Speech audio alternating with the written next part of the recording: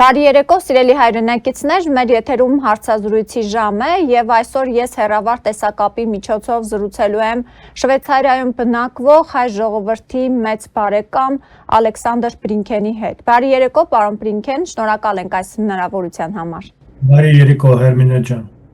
Պարոն Բրինքեն, դուք մասնագիտությամբ երաժիշտ երգահան եք։ Եվ ազգությամբ փաստորեն գերմանացի, բայց արմատներով, հա, նաև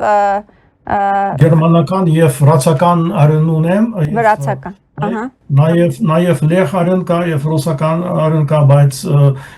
իմ մոտ երկու բևեր նշանակալի ասոցիացիոն ունեն, դա գերմանական եւ վրացական։ Այո, եւ մենք հերթական անգամ այս հարցազրույցը հայերենով ենք անցկացնում, որովհետեւ սիրելի հայրենակիցներ, պարոն Բրինքենը ոչ միայն գրում, կարդում է, այլ նաեւ շատ լավ վարժ խոսում է հայերեն եւ հայերենին շատ լավ տիրապետում է, ու բացի այդ նաեւ հայկական կյանքին է ինտեգրված, հայոց պատմությանն է շատ լավ տիրապետում, ու նաեւ Շվեյցարիայից հետեւում է թե ինչ զարգացումներ են տեղի ունենում Հայաստանում, ուստի հենց այդ հարցերն էլ այս օրհասական վիճակում ենք մենք գտնվում, պարոն Բրինքեն, եւ ձեր թույլտվությամբ ներքաղաքական հարցերից կսկսենք մեր զրույցը։ Դուք արդեն ես նշեցի, որ ակտիվորեն հետևում եք ինչ է տեղի ունենում Հայաստանում, պարոն Բրինքեն, գիտեք, որ իշխանությունը, Նիկոլ Փաշինյանի ռեժիմը գնալով վերածվում է բռնապետական ռեժիմի, այլախոհները ամեն քայլափոխի ճնշվում են, ընդդիմադիր ձայները լռեցվում են եւ այս ամենը ավելի գնալով խստացվում է հենց փաստորեն ընտրությունների նախաշեմին։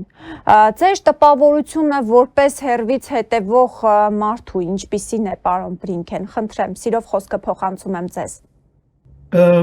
Իմ տպավորությամբ ցավոք սրտի այդ զարգացումը բավականին տրամաբանական է, որովհետեւ հերորդային տարածաշրջանի մեջ կազմակերպված կարծես թե ինքնավար ինքնուրույն պետությունները փաստորեն շարունակում են սովետական միության ամենաբացասական ավանդույթները եւ մենք տեսնում ենք, որ ասենք Ելցինյան դարաշրջանի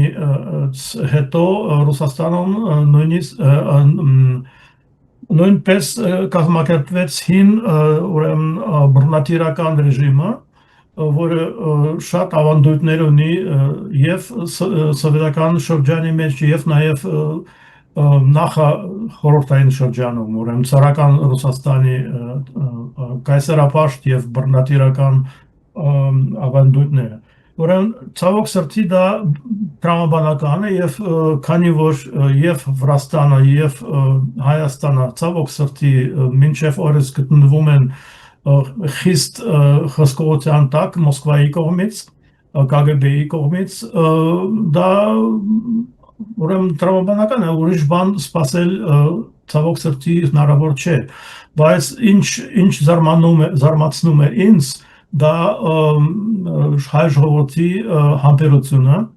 Դուք նշեցիք, որ գնալով ստացկացվում են բռնությունները եւ ճնշումները եւ ժողովուրդը չի կարող իր ուրեմն ընդդիմությունը բաշխ կերպով ցուցաբերել, բայց համեմատություն ասենք Վրաստանին, հայ ժողովուրդը շատ ավելի խնազանդ եւ հանդարտ է պահում իրեն, դրա մասին վկայում են նաեւ վերջին հարցաքննությունները, ուրեմն ժողովրդի, ուրեմն բնակչության մեծամասնությունը, արտահայտված մեծամասնությունը սատարում է Փաշինյանին եւ պատրաստ է վերընտրել նրան, եթե չեմ սխալվում։ Ոչ, չէ, մեծամասնությունը չէ, հակառակը Նիկոլ Փաշինյանի վարկանիշը գնալով իջնում է եւ հակառակը քաղաքացիները ամենաշատը վստահում են եկեղեցուն։ Ուրեմն ես ճիշտ տեղեկություն չունեմ այդ մասին, մեզ մոտ այդպիսի տեղեկությունը տարածված էր, որ միտում թե Փաշինյանը մեծ մասնության աջակցություն է վայելում։ Իսկ այդ խնդրի շուրջ ես շատ կուզեի ձեր ճշտումները լսել, ինչ է բուն պատճառը այդ հակադրության, այդ հակամարտության ուրեմն Փաշինյանի իշխանության եւ հայ առաքելական եկեղեցու միջև։ Այո, եւ որքանով է դա նորմալ էլի Հայաստանի սահմանադրությամբ։ Ինձ հետաքրքրում է այն հարցը, բան այն է, որ վեղապարը ուրեմն Գարեգին B վեղապարը տարիների վեր, տասնամյակների վեր, ավելի ճիշտ շատ ներդաշնակորեն համագործակցում էր իշխանությունների հետ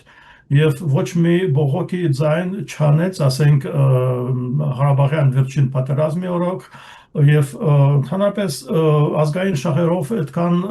շատ չէր մտահոգված այս ամբողջ ժամանակը։ Ինչը պատահեց, որ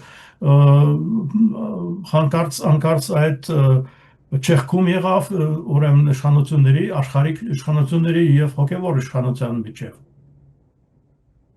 Ես դա չեմ ըմբռնում։ Ինչը պատճառ եղավ։ Քաղաքական հավանաբար, չգիտեմ, հանկարծ մի պահից, չէ, երբ որ վեհապարը սկսեց խոսել Արցախ վերադարձի մասին, երբ որ խոսեց Նիկոլ Փաշինյանի հեռացման մասին, ինքն էլ սկսեց հակառակը պրոցես, թե եկեղեցին պետք է նորոգել, այս անել, այն անել։ Եվ հիշեց, որ հանկարծ կաթողիկոսը դուստր ունի, չգիտենք դա որքանով է ճիշտ եւ այլն, բայց այնուամենայնիվ հարձակում է եւ այստեղ ես չեմ կարծում, որ խնդիրը Գարեգին երկրորդ կաթողիկոսն է կամ առանձին հոգեվորականներ, հատկանշական է, որ սա ուղիղ հարձակում է եկեղեցու վրա, որովհետեւ դա տեղի ունեցավ Փաշազադեի հայտնի հայտարարությունից հետո, չէ, կարծեմ մայիսին էր հայտարարություն արել եւ Նիկոլ Փաշինյանը սկսեց դրանից հետո անընդհատ սոցիալական ցանցերի էջերում, իսկ Facebook-ում, Instagram-ի էջերում անընդհատ խոսել, որ պետք է հեռանա կաթողիկոսը եւ այդ նորոգման process-ը ինքը ինչ հոգեվորականների հետ է սկսել, որոնք որ նորից այսպես ասած կեղտոտված են, էլի, մաքուր հոգեվորականներ չեն, իրենք եւս ունեն զավակներ, մեծ միջոցների են տիրապետում, այսինքն այդ մարդկանց հետ է փոփոխություններ անում, այդ մարդկանց հետ է նորոգում եկեղեցին, նորոգումը ճակերտավոր ասված, էլի։ Ուրեմն ես ստանում եմ Փարիզից նոր հարաճ թերթը, արևմտահայերեն եւ վերջերս ուրեմն ամսի 6-ին հրատարակված է մի հաղորդագրությունը, որ վարչապետը եւ եկեղեցու բարենորոգման տեսլականին աջակից 10 եպիսկոպոսները հրապարակած են ճանապարհային կարծեսը, ուրեմն նա իր աջակիցներ ունի այդ քաղաքականության մեջ 10 arczepiskopos-ներ եւ episkopos-ները աջակցում են այդ նրա Արշավա Գարեգինի դեմ։ Այո, ես որ խոսում եի, նրանք այն եպիսկոպոսներն են, որոնց մեջ կան, որ ունեն երեխաներ, դա տարիներ շարունակ ինքը անձամբ Նիկոլ Փաշինյանը ժամանակի նրանց քննադատել է, բայց հիմա նրանց միջոցով փորձում է իբր եկեղեցին նորոգել։ Սա արդեն ցույց է տալիս, որ նպատակը եկեղեցին նորոգելը չէ կամ, չգիտեմ, այլ հակառակը եկեղեցին քանդելն է եւ ժողովրդին փաստորեն իրար դեմ են դուրս բերում, չէ, այսպիսով։ Պարակտում է մցվում ժողովրդի մեջ։ Հա, դե ուրեմն դա վրեժելուսում կաթողիկոսին դեմ, որը հանդգնեց նրան քննադատել եւ ինչ որ ուրիշ նպատակներ հետապնդել, քան թե Փաշինյանը, այդ է պատճառը, բայց ինձ համար դա շատ զարմանալի է եւ ինչու՞ չէ ուրախալի երևույթ է, որ Գարեգին բեն ի վերջո հանդգնեց Արցախի հարցը բարձրացնել, որովհետև այս ամբողջ տարիների ընթացքում, ասենք 30 տարի, որ Լեռնային Ղարաբաղի հանրապետությունը գոյություն ունեցավ ոչ մի ազգանվեր եւ ճիշտ ուրեմն հայրենանվեր հայտարարությունները չեն խնչված կաթոլիկոսի կողմից։ Ինքը միշտ համագործակցեց եւ Սերժիկի եւ Ռոբ Քոչարյանի հետ եւ Սերժիկի հետ եւ նաեւ Նիկոլ Փաշինյանն է շատ լավ հարաբերությունների մեջ ժամանակին։ Պատահեց որ ի վերջո բանա հասկացավ որ ազգային շահերը պահանջում են Արցախի հարցը արտահայտումը եւ այլն։ Ինձ համար դա անհասկանալի է։ Այո, դա արդեն իսկ բացահայտ խոսում է այն մասին, որ իր նպատակը ոչ թե առանձին հոգևորականներն են, որոնք լավ վարք չունեն, կանոնակարգին դեմ են գնացել եւ այլն, այլ կոնկրետ պատվեր է, սա թուրք-ադրբեջանական պատվեր, որը Նիկոլ Փաշինյանը իրականացնում է։ Դուք օրինակ, երբ որ պարոն Բլինքեն հերվից հետևում եք, տեսնում եք Թուրքիայի ու Ադրբեջանի ազդեցությունը մեր տարածաշրջանում արդյոք մեծացել է թե ոչ, որովհետև տեսեք, Թուրքիայի արտգործնախարարը իրեն իրավունք է վերապահում, Ֆիդանը հայտարարել, որ իրենք փաստորեն ընտրություններին աջակցում են Նիկոլ Փաշինյանին եւ հույս ունեն, որ Նիկոլ Փաշինյանը կվերընտրվի։ Սա ինչ է նշանակում, սա ուղղակի խայտարակություն է մեր հայ ժողովրդի համար։ Առաջին անգամ մենք թշնամական կողմից նման հայտարարություն ենք լսում։ Այո, ճիշտ է, բայց ցավով պիտի նշեմ նաև, որ Էջմիածնի ուրեմն կաթոլիկոսությունը ի տարբերություն Անտիլիասի այս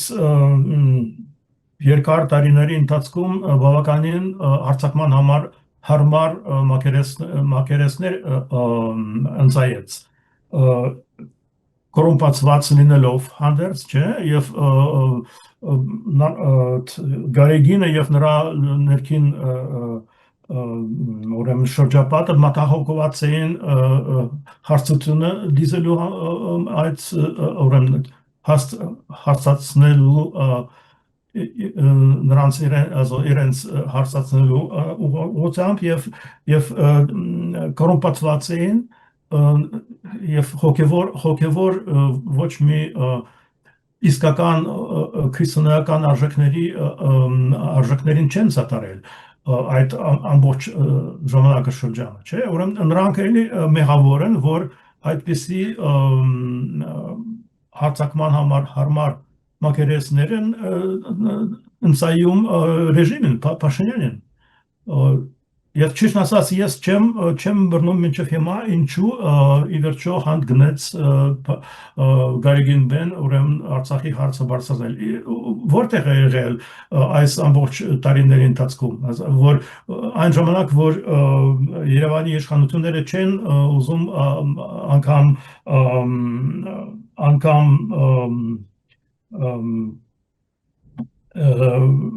այդ Արցախի հանրապետությունը ճանաչել։ 30 տարի ժամանակ կար եւ հայկական առաքելական եկեղեցին ուրեմն Էջմիածնո կաթոլիկոսությունը ոչ մի ձայն չհանեց հանուն ազգային շահերին։ Դա խնդրի այլ կողմ է, պարոն Բլինքեն, խնդիրը նրանում է, որ Նիկոլ Փաշինյանը 7 տարի իշխանության է, 7 տարվա մեջ հիմա է հիշել, որ եկեղեցում խնդիրներ կան։ Չէ, եթե հիշեք, ինքը որ նոր էր եկել իշխանության, շարժում էր ձևավորվել, նոր Հայաստան, նոր հայրապետ, նոր կաթողիկոս, բայց ինքը ասաց, որ չէ, այդ գործընթացը պետք է, այսպես ասած, ստոպ տալ, որովհետև եկեղեցին ու պետությունը ըստ սահմանադրության անջատ են եւ պետությունը ուղղակի իրավունք չունի խառնվել եկեղեցու գործերին։ Բա հիմա ինչպես է եղել, որ մի քանի օր առաջ ինքը հայտարարում է, որ հիմա այլևս պետությունն ու եկեղեցին միասին են։ Այսինքն, երբ որ ինքը արդեն սկսում է պատվեր կատարել, երբ որ իրեն ձեռնտու է այդ ամենը, հանկարծ սկսում է խոսել այդ խնդիրների մասին։ Այո, խնդիրներ կան, ոչ մեկս չենք ասում, որ եկեղեցում ամեն ինչ նորմալ է, բայց այդ խնդիրները վաղուց պետք է լուծված լիներ։ Եթե հիշում եք, ինքը կը, ինչ եկել էր իշխանության, չէ, ասում էր գողացել են նախկին իշխանությունները, թալանել են, հարստահարել են, ժողովրդի հաշվին կոռուպցիա, բայց մենք չտեսանք մի հոգի նախկիններից, որ դատապարտվեր։ Եվ հիմա, մինչև հիմա այդ պայքարը գնում է նախկիններ, ներկաներ, նախկիններ, ներկաներ, սև, սպիտակ։ Ուրեմն ես ենթադրում եմ, որ գուցե Գարիգինը այդ իրավիճակի մեջ ուրեմն էլի իր կողմից կատարում էր պատվերը, ասենք Քոչարյանի, թե Սերժիկ Սարգսյանի, ուրեմն Փաշինյանի դեմ։ Ինչ դրդապատճառը եւ մխիչ ուրեմն պատճառը, որ ի վերջո խանդգնեց քննադատել իշխանություններին։ Դե արդեն խոսեցինք, երբ պահից ինքը սկսեց։ Երբ որ Արցախը հայաթափվեց, երբ որ պատերազմ տեղի ունեցավ, մենք կորցրեցինք Արցախը, բայց դա արդեն խնդրի այլ կողմ է, էլի։ Խնդիրը նրանում է, որ բացահայտ երևում է Նիկոլ Փաշինյանը հստակ ցուցում է ստացել Բաքվից, Անկարայից հարձակվել եկեղեցու վրա։ Եվ ինչքան ազգային ինստիտուտներ կան, եթե նկատել եք, Նիկոլ Փաշինյանը դրանք փորձում է ոչնչացնել ուղղակի, ասում է Արարատից մի խոսեք, պատմության դասագրքերից անհայտանում են անունները, մեր հերոսների անունները, Արցախ բառը չպետք է գործածել, պիտի ասել Լեռնային Ղարաբաղ, եւ այսինքն թշնամու օրակարգն է սպասարկում այս մարդը։ Դա բարձ է, դա հակասկած չկա, ես դրա մասին չեմ վիճելու եւ դա ճիշտ եք ասում, բայց ինձ զարմացնում է այդ փաստը, որ ի վերջո ձայն հանեց եւ իրեն դիկավորեց որպես ազգային գործիչ եւ այլն։ Այդ կապակցությամբ ես հարց կտայի ուրեմն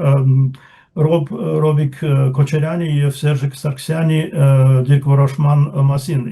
Նրանք էլի քննադատում են Փաշինյանին, որ նա ուրեմն Արցախը հանձնեց եւ ուրեմն ազգային շահերը դավաճանեց։ Էլի այդ բաներն ասում այդ երկու նախկինները։ Բոլորն էլ քննադատելի են, բոլորն էլ իրենց մեղքի բաժին ունեն, ոչ մեկ չի արդարացնում Սերժին ու Քոչարյանին, իրենք իրենց պատասխանատվությունը պիտի կրեն։ Իմ հարցը ուրիշ է, իմ հարցը այն է, արդյոք Քոչարյանը եւ Սերժիկ Սարգսյանը քննադատում են Փաշինյանին ազգային շահերը դավաճանելու մեջ։ Այո, հիմա քննադատում են։ Այո, այդպես է, եւ հենց այդ ուրեմն երկչախմբին միացնում է իր ձայնը կաթոլիկոս Գարիգին բեն, որովհետեւ ինքը սատարում է նախկիններին։ Էլի ազգային գործիչ չէ, դա բոլոր այդ կողմերից եւ նախկիններից եւ փաշինյանականներից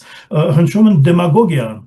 Պարոն Բրինքեն, խնդիրը նրանում է, որ ոչ մեկը չի արդարացնում ոչ կաթողիկոսին, ոչ Սերժին, ոչ Քոչարյանին, ոչ Լևոն Տեր-Պետրոսյանին։ Խնդիրն այն է, որ Նիկոլ Փաշինյանը Հայաստանը վերածել է բռնապետության։ Այսինքն այստեղ ես հիմա չեմ կարող Նիկոլ Փաշինյանի այցի ժամանակ գնալ եւ իմ փողոքը արտահայտել, այսինքն այն, որ խոսում են ժողովրդավարությունից, այն, որ խոսում են խոսքի ազատություն եւ այլն, մի քանի օր առաջ անցնող Կիրակի օրը Չարենցավանի եկեղեցում ինքը գնաց ինչ-որ կեղծ պատարագի մասնակցեց, սակայն մինչև Նիկոլ Փաշինյանի այցը, մինչև այդ պատարագի մեկնարկը, մի քանի Չարենցավանի բնակիչների, ովքեր ընդդիմադիրներ էին եւ փորձում էին իրենց փողոքը արտահայտել, իրենց տների բակերից գողացել տարել էին ու իրենց ընտանիքի անդամները տևական ժամանակ լուր չունեին, թե այդ մարդիկ որտեղ էին։ Հետո պարզվեց, որ իրենց տարել են ոստիկանության բաժիններ, իրենց նկատմամբ ապօրինի քրեական գործեր են հարուցել։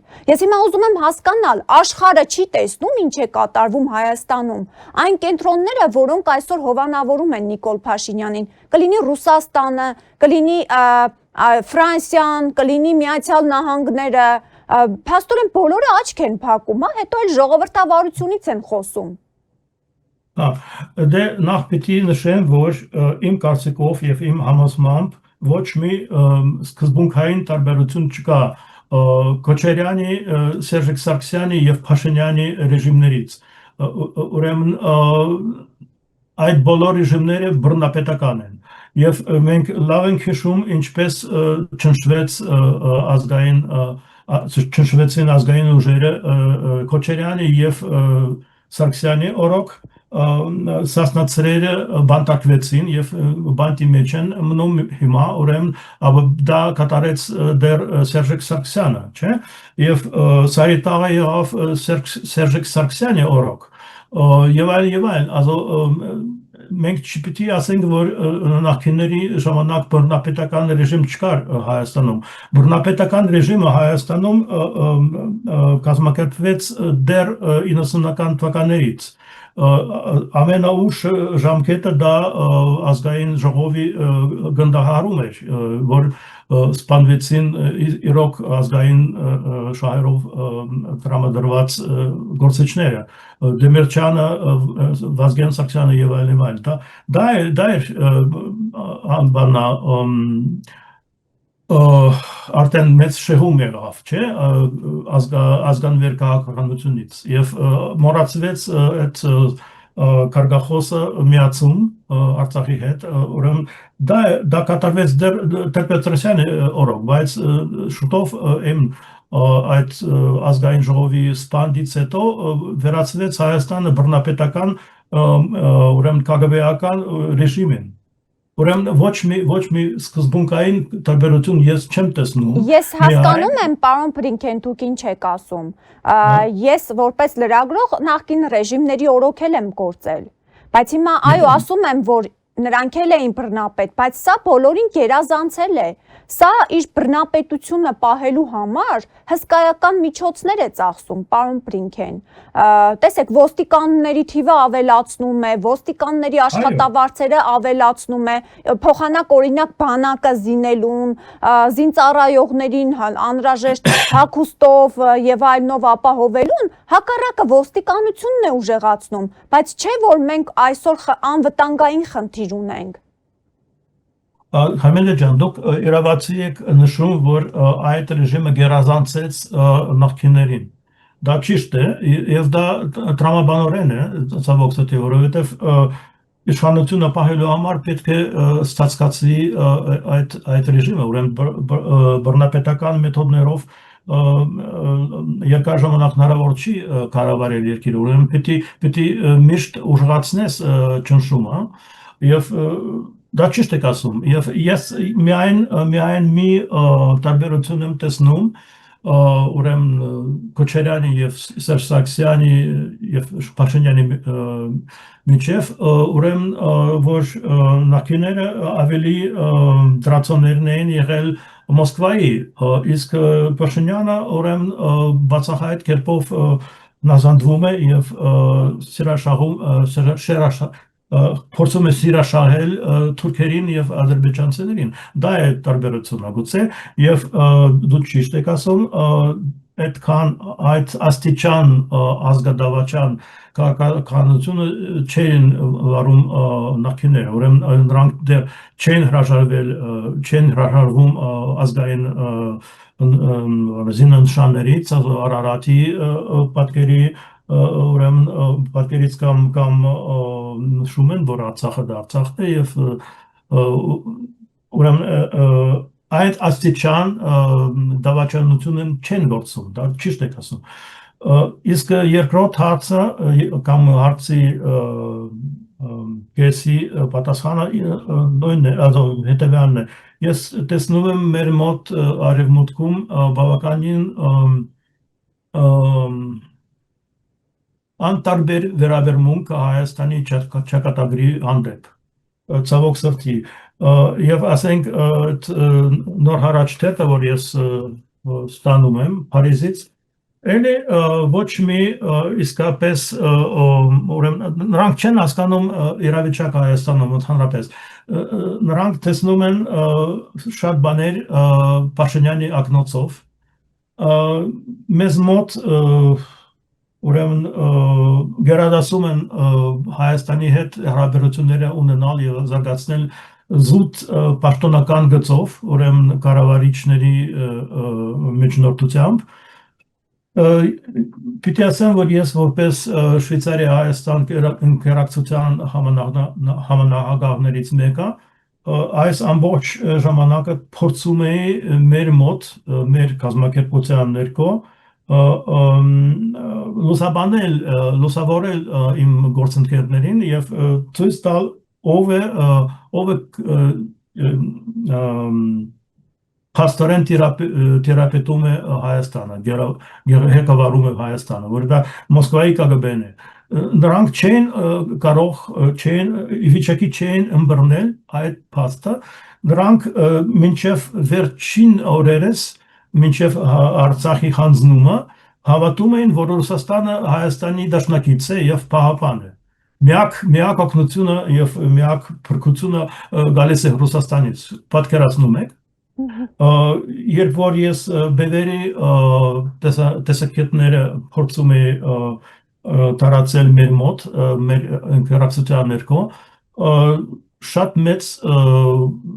դեմադրություն կար, ասենք Սարգիս Շահինյանի կողմից, ասենք դա էր ղեկավարը մեր ինտերակցիանը մինչև օրերս։ Հիմա հրաժարվեց, հրաժարական տվեց, հիասթափվեց, Արապապյանի նյութերը, որ ես տարածում էի մեր մոտ, չեն արժանացել պատշաճ գնահատականին եւ համաձայնության կամ ընդհանրապես ըմբռնման։ Սարգիս Շահինյանը ասում էր, ես համաձայն չեմ, բևերը դա ծայրահեղականներն են։ Դա է վիճակը Սփյուռքում, ուրեմն այդ Սարգիս Շահինյանը ինքը արևմտահայ է, ուրեմն Սփյուռքը հայ է, արևմտահայերի ուրեմն ժառանգորդ է, ծնված է արդեն Շվեյցարիայում, փորձում էր ազգանվեր աշխատանք տանել Շվեյցարիայում, ուրեմն պայքարել, ասենք, սոկարի ազատության դեմ եւ Շվեյցարիայի կառավարությունը լուսաբանել ուրեմն այդ հարցում, ուրեմն հայկական հարցում, բայց այդպիսի ցնորամիտ եւ շատ սահմանափակ աշխարհայացք ունեցավ մինչև օրս։ Միայն այն ժամանակ, որ ակնհայտ դարձավ, որ ռուսները դավաճանում են հայերին եւ անցնում են թուրքերի հետ միասին Արցախ-Ադրբեջանին, միայն այն ժամանակ նրա աչքերը աչալուրջ դարձավ եւ ըմբռնեց Ռուսաստանի իրական դերը։ Հասկանում եք։ Իսկ այդ մարդը արդեն 60 տարեկան մարդ է եւ բավականին փորձառու գործիչ է, բայց մինչեւ հիմա այդ պատրանքների մեջ է տարված եւ ձերբակալված այդ շրջանակի մեջ։ Ինչ ասենք ուրիշ գործիչների մասին, ես միայն տեղեկություններ ունեմ, որ Սփյուռքի մեծագույն մասը շատ ներթափանցված է KGB-ի գործակալներով։ Իմ մասնավորի դաշնակցություն կուսակցությունը։ Այդ է։ Պարոն Բլինքեն, ձեր կարծիքով, օրինակ, այսքան դավաճանությունից հետո, Արցախը հանձնելուց հետո, այսպես ժողովրդի հետ վարվելուց հետո, տեսեք, փաստորեն մեր արտաքին պարտքը 8 միլիարդի է հասնում եւ տարի ամիս ավելանում է այդ գումարի չափը, բայց Նիկոլ Փաշինյանը իր իշխանության մեջ գտնվող մարդկանց հետ միասին անցնող տարեվերջին 3 միլիարդից ավելի պարգևավճար են ստացել։ Նիկոլ Փաշինյանը անգամ ինքն իրեն է պարգևատրել։ Բացի այն, որ իրենք աշխատավարձ են ստացել, մի բան էլ պարգևատրվել են, հսկայական գումարներ են ստացել, ասենք նախարարկա 9 միլիոն հավելավճար է ստացել։ Լավ, այսքան բանից հետո, արդյոք հայ ժողովուրդը նորից պետք է գնա եւ Նիկոլ Փաշինյան ընտրի։ Դա ինչպես ասացի, մեր մոտ այդպիսի տեղեկություններ տարածվում են, որ Փաշինյանը իբր թե Հայաստանի բնակչության մեծամասնության աջակցություն է վայելում։ Այդ է նաև այդ նոր հարաճ թերթում ես կարդում եմ դրա մասին։ Ուրեմն հայացորված են ճիշտ թերություններ չունեն արևմուտքում, նույնիսկ հայ սփյուռքի մեջ երազեկված չեն։ Փաստորեն Արևմուտքը փաստորեն աջակցում է էլի Նիկոլ Փաշինյանին, որովհետև ինքը ցույց է տալիս, թե իբր Հայաստանը պոկել է Ռուսաստանից եւ տեղափոխվում եւ գնում է դեպի Արևմուտք։ Եվ արդյոք սրան հավատացել են նույն Ֆրանսիան, Միացյալ Նահանգները, բայց չէ որ Հայաստանը նորից հապկի անդամ երկիր է հանդիսանում, ԵԱՏՄ անդամ երկիր ենք հանդիսանում, մեր դաշնակիցը Ռուսաստանն է։ Այո, մեզ մոտ եւ շվեյցարական մամուլում, ասենք գերմանախոս թերթերը ես կարդում եմ շվեյցարական եւ սփյուռքահայ թերթերի մեջ, ասենք նոր հարաճ կամ արձագանք մեր շվեյցարական հայ թերթը նրանք գրում են, որ Փաշինյանը միտում թե իբր թե արևմտամետ է եւ ուզում է փոխվել ընդմիշտ Ռուսաստանի ուրեմն թելադրանքից։ Այդպիսի կարծիքներ են ուրեմն գոյություն ունեն եւ դա իրականության հետ շատ բան չունի, ուրեմն դա սխալ է։ Մենք տեսնում ենք, որ Փաշինյանը իր աթոռը պահպանելու համար ինչ մեթոդներով, ինչ ուրեմն ջանքերի եւ մեթոդների չի դիմում, դա է նրա գլխավոր եւ միակ մղիչ գործոնը, ուրեմն ինքը ուզում է իր պատորը պահել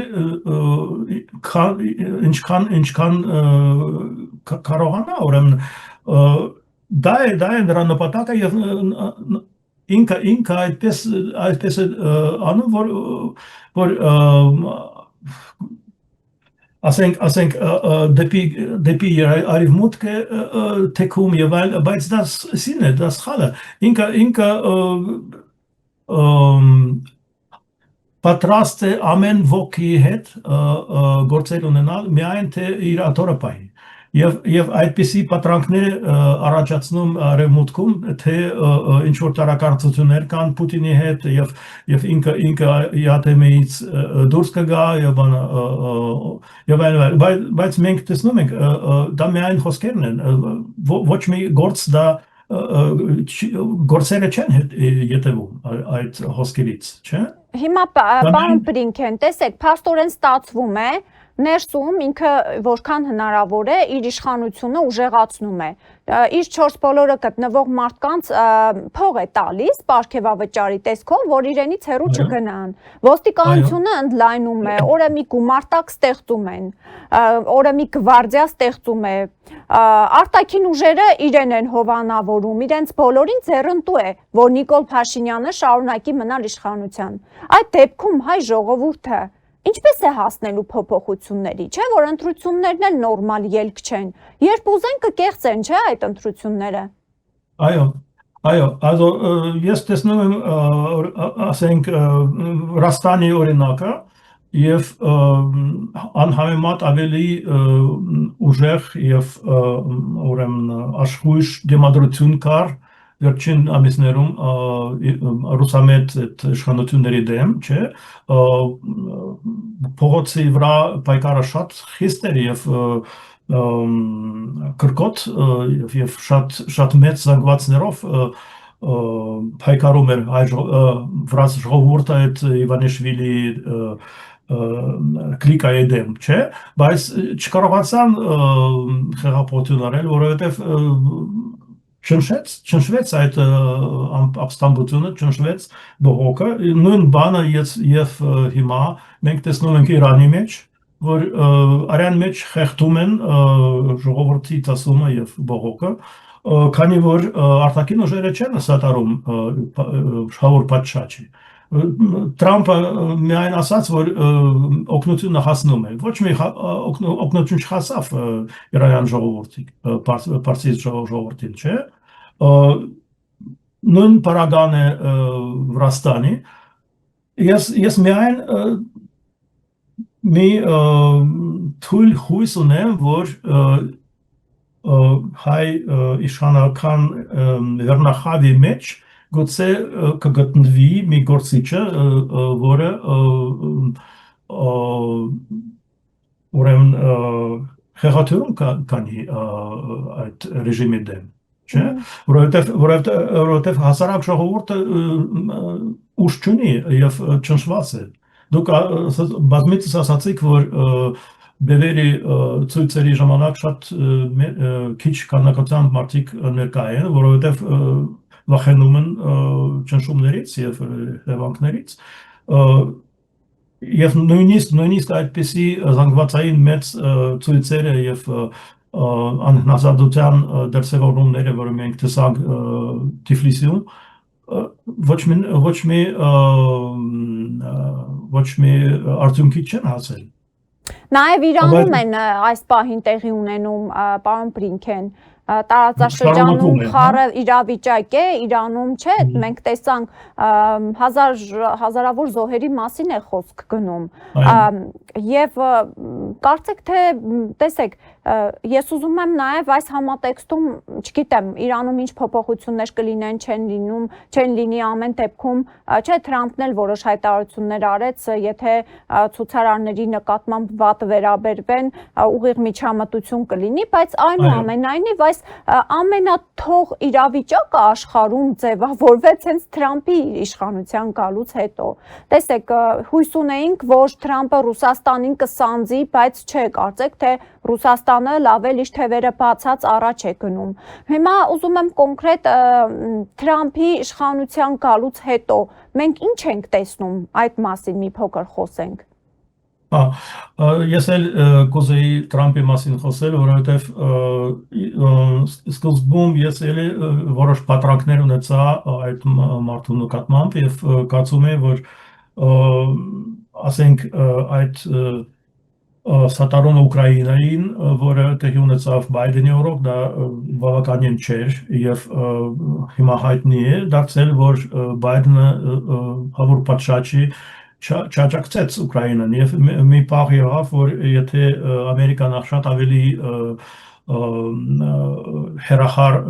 հրթիռները կտար Ուկրաինեն, դա բեկում կրաջացներ պատերազմում, բայց Բայդենը այդ զենքերը չէր տվել։ Իսկ Թրամփը հիմա բարձ է դառնում, որ այդ մարդը բոլորովին անբարոյական մարդ է, անբարոյական քաղաքական գործիչ։ Նրա համար գոյություն ունեն միայն ուրեմն էգոիստական, եսասիրական ուրեմն շահերը Ամերիկայի եւ նյութական արժեքները։ Ինքը միտում ունի ամեն ոքի հետ գործարքի մեջ մտնել, չէ՞, եւ Պուտինի, եւ Էրդողանի, եւ ում հետ ասես։ Ուրեմն գործարքներ եւ նյութական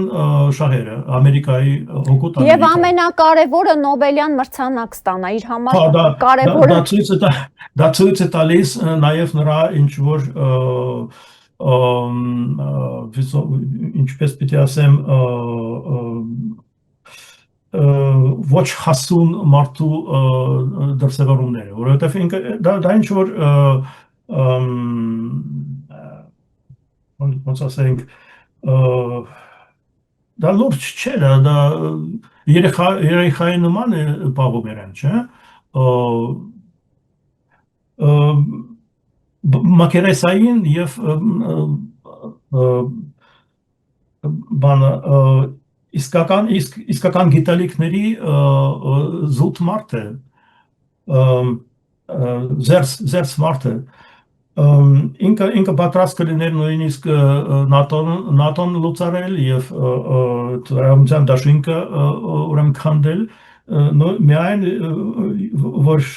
որպեսզի կարողանա բաժանել ամբողջ աշխարհը, ասենք 3 ուժային կենտրոնների, բևեռների միջև, ուրեմն Ամերիկա, Չինաստանը եւ Ռուսաստանը։ Իսկ բարոյական արժեքները եւ արդարությունը նրա համար ոչ մի դեր չեն խաղում։ Ուրեմն ինքը փրեց Պուտինի առաջ ուրեմն Կարմիր այդ կարպետը, չէ, Ալյասկայում։ Իսկ եթե բարոյական կլիներ ոչ մի բանը հանդիպում տեղի չունենար Պուտինի հետ, որովհետև դա ռազմական բանը ոնց որ ասում են հանցագործ է Պուտինը, հանցագործների հետ ոչ մի զրույցները, ոչ մի բանակցությունները չեն վարում։ Եվ մենք տեսնում ենք, որ պարոն Բլինքեն նոր աշխարհակարգի այս ձևավորման պայմաններում բոլորը ուժեղանալու մասին են մտածում, ինչ որ բանի են չէ պատրաստվում։ Եվ միայն Նիկոլ Փաշինյանն է, որ այսօր խաղաղությունից է խոսում, այն դեպքում, երբ Ադրբեջանը չի թաքցնում իր նպատակները, իրենք խոսում են Արևմտյան Ադրբեջանի մասին, իրենք խոսում են ադրբեջանցիների Հայաստան վերադարձի մասին, իրենց դպրոցներում հայատյացություն է քարոզվում, իրենք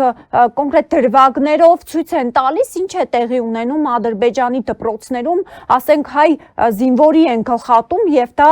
փոքր տարիքի երեխաներին դա են սովորեցնում, բայց Նիկոլ Փաշինյանը մեզ ասում է, որ չէ, մենք պետք է խաղաղ ապրենք եւ ընտրություններին էլ հենց այդ կարգախոսով են գնում, որ մենք խաղաղություն ենք բերել ձեզ հայ ժողովուրդ։ Արդյոք ճիշտ է, երբ ամբողջ աշխարհում այս խառնված վիճակն է, որտեղ նայում ենք պատերազմ, կրակ, ցույցեր, բողոքներ, դիմադրություն, մենք չգիտեմ, խաղաղությանն են մեր ժողովրդին պատրաստում։ Սա որքանով է ճիշտ ըստ ձեզ։ Իհարկե դա սխալ է, որովհետև եթե դու ուզում ես խաղաղություն ունենալ, պիտի պատրաստվես պատերազմին, չէ՞, դա հին իմաստություն է։ Ինձ համար Փաշինյանը ամենավատ ուրեմն իշխանավորներից մեկն է ներկայ աշխարհում եւ Հայաստանի համար իսկական պատոհաս է ներկայացնում, պատոհաս է։ Բայց ես զարմանում եմ, որ մինչև հիմա եւ ժողովուրդը եւ այսպես կոչված էլիտաները, վերնախավները հանդուրժում են նրան։ Արդյոք նրանք չեն հասկանում, եթե Հայաստանի պետությունը կամ պետության այդ մնացորդները, որ մենք դեռ ունենք, իսպար ուրեմն կործանվեն, also եթե այդ պետականությունը իսպար կործանվի, ինչ վիճակի մեջ կգտնվեն նրանք, այդ ուրեմն էլիտաները, ուրեմն պատրաստ են թուրքերեն լեզուն սովորել եւ թուրք դառնալ Թուրքիայում, մեծ Թուրքիայում։ Դա ինձ համար դա անհասկանալի է։ Ես չեմ պատկերացնում, որ ասենք եւ Վրաստանում կամ նաեւ Ադրբեջանում, եթե ինչ որ հեկավարը կպարտվեր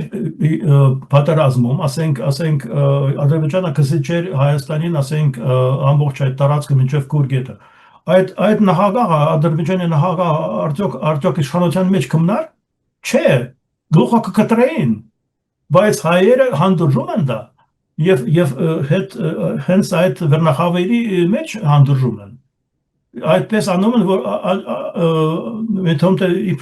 ոչ մի բան չպտահեց։ Եվ պարոն Բլինքեն, արդեն մենք փորձենք ամփոփել մեր եթերը, խոսվում է, որ 2026 թվականը փոփոխությունների տարի կլինի, նաև մեր տարածաշրջանի ու Հայաստանի համար, թե բնական է, եթե փոփոխություն ենք ուզում, մենք պիտի բերենք, չէ,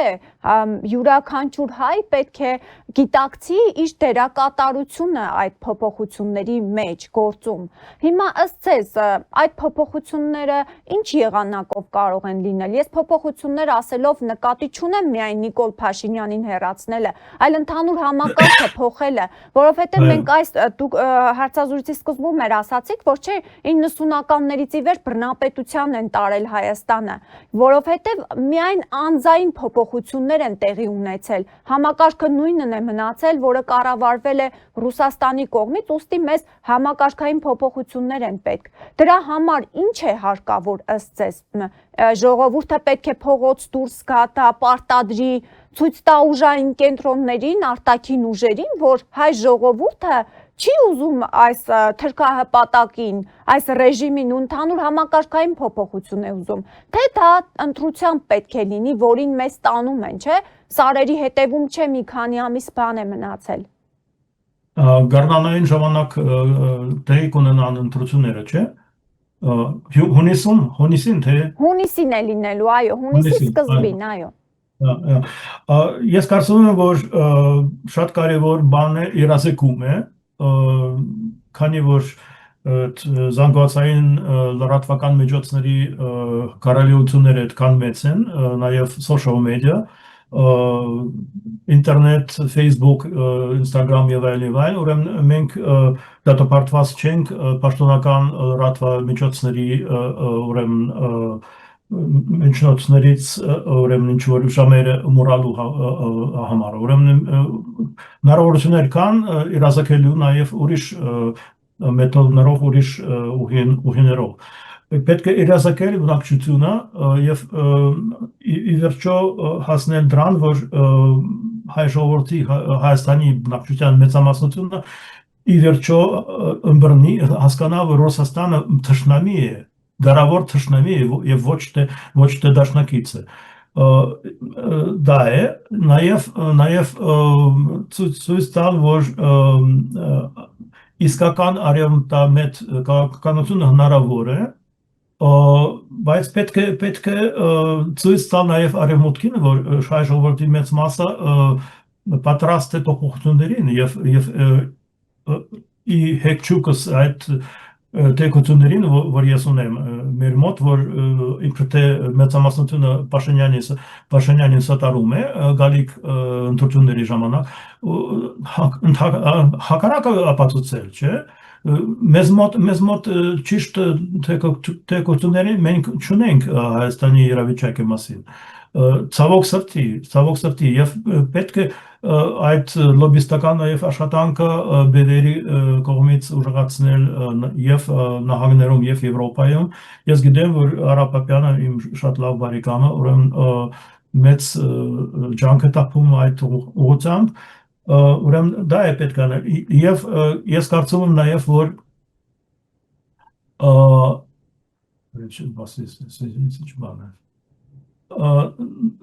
ես կարծում եմ նաև, որ պետք է որոշ լավատեսություն ներշնչել ժողովրդին, որ Ռուսաստանի այդ ռեժիմը հավերժ չի։ Բայց հիմա այդքան շատ Ռուսաստանի ռեժիմի ազդեցությունը չկա, որքան Թուրքիայի ու Ադրբեջանի։ Թուրքիայում, Իմիջիալոց Ռուսաստանի մասին ես որոշ ճիշտ տեղեկություններ ունեմ, որ գալիք տարի, այս տարի, արդեն սկսված տարի, մեծ փոփոխությունների տարին կլինի, Պուտինի ռեժիմը սպառվում է, առաջին հերթին պատերազմի պատճառով իհարկե, նյութական եւ մարդկային ռեսուրսները ուրեմն սպառվում են, եւ որոշ ինսայդների տեղեկությունների համաձայն արդեն պատրաստվում է Մոսկվայի էլիտան փոփոխության, ուրեմն Պուտինին հեռացնելու մասին են մտածում, եւ իբր թե սպասվում է ավելի ազատամիտ, ավելի լիբերալ ռեժիմը, որը կկամենա արևմուտքի հետ ներդաշնակ հարաբերությունները հաստատել, նաև ուզում են իհարկե շատ են ուզում պատժամիջոցները վերացնել, տալ եւ ուրեմն մեծ փոփոխությունները տեղի կունենան Ռուսաստանում, դա պիտի մեզ բոլորիս որոշ հույսերը ներշնչի եւ լավատես տրամադրի, որովհետեւ ցավոք սրտի իրավացի է նաև Վահե Գասպարյանը, որ առանց կտրուկ եւ արմատական փոփոխությունների Ռուսաստանում Հայաստանի ճակատագիրը չի լավանա, ուրեմն իսկ Թուրքիայի եւ Ադրբեջանի ազատությունը կնսեմացվի, եթե Ռուսաստանը կթողնա։ Ես համոզված եմ, համակապակցված երևույթներն են, ուրեմն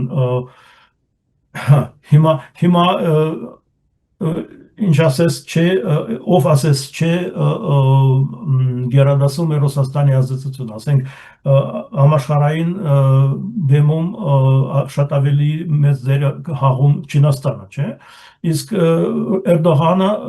եւ Ալիևը, ինչպես մենք գիտենք, թույլ տվում իրենց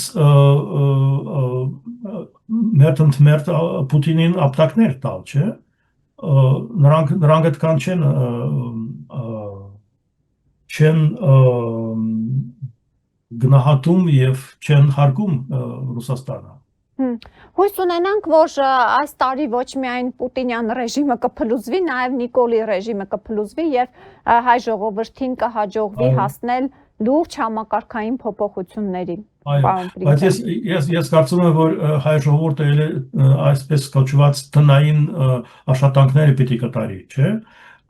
իրազեկման առումով եւ ճիշտ կողմնորոշմամբ։ Պարոն Բլինքեն, ես շնորհակալ եմ այս զրույցի համար։ Ես էլ եմ շնորհակալ եւ մաղթում եմ ձեզ ամենայն բարիք եւ լավատեսություն եւ տոկունություն։ Բարով մնաք։ Շնորհակալ եմ պարոն Բլինքեն, շնորհակալություն նաև ձեզ սիրելի հայրենակիցներ, մեր այս եթերը դիտելու համար, շատ կարևոր է անպայման YouTube-ում լայքել, գրել մեկնաբանություններ եւ այս եթերը տարածել ձեր սոցիալական ցանցերի էջերում, անպայման գրեք մեկնաբանություններ, մենք սիրով ընթերցում ենք։ Այսքանով ավարտում ենք եթերը, առողջ եղեք, հաջողություն։